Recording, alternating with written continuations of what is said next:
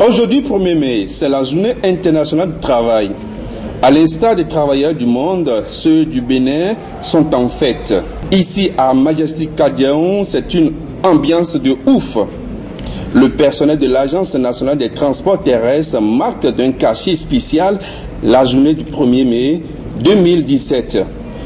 Une journée inscrite en lettres d'or dans les annales de l'ANAT. Cette fête a été majestueuse, comme on le dit, dans cette salle, ça se passe très bien. Cela veut dire quoi? Cela veut dire que au niveau de l'Agence nationale des transports terrestres, qui est sous le ministère des infrastructures des transports, nous avons constaté avec le nouveau directeur général que tout va bien. Presque bien, pour ne pas dire que ça dit nous avons tout. Nous avons constaté par rapport au directeur précédent qu'il y a un changement dans le mode de fonctionnement de l'agence. Et nous ne pouvons que féliciter le nouveau directeur de l'agence.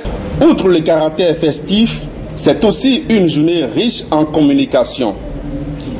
Il y a deux communications fondamentales que nous avons reçues. Dans un premier temps, il y a notre président, l'éminent doyen Jean-Baptiste Elias, qui a communiqué sur un thème phare, un thème d'actualité, à savoir la lutte contre la corruption et les infractions qu'on connaissent en République du Bénin. Après cette communication, nous avons assisté tout à l'heure à une seconde communication qui est relative à la promotion des valeurs démocratiques pour l'enracinement de l'Agence nationale des transports terrestres. Je l'ai dit à l'entame, c'est l'ex-direction générale des transports terrestres qui a été transformée en une agence et la logique qui sous-tend véritablement cette transformation est une logique de performance. Et on ne peut jamais atteindre des performances sans que des valeurs démocratiques soient véritablement ancrées dans le comportement de nos collaborateurs.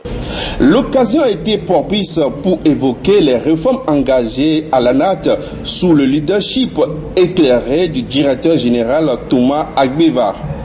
Je vous félicite également pour votre accompagnement allant dans le sens des réformes phares que nous avons engagées.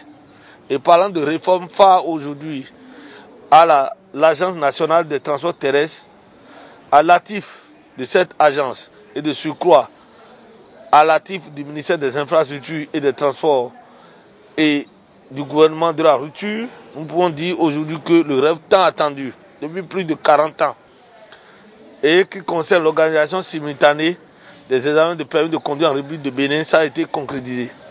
Je voudrais dire aujourd'hui également que la simplification en termes de procédure d'immatriculation des véhicules des corps diplomatiques est chose faite.